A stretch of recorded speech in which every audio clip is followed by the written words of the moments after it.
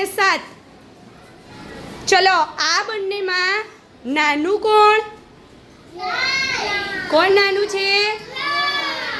10 અને 5. હવે 10 અને 5માં મોટું કોણ?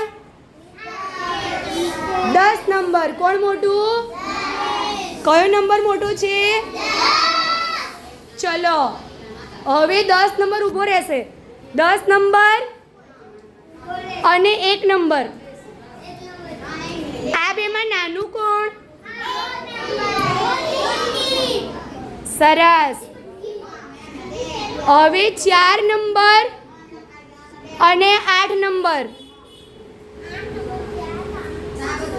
8 નંબર.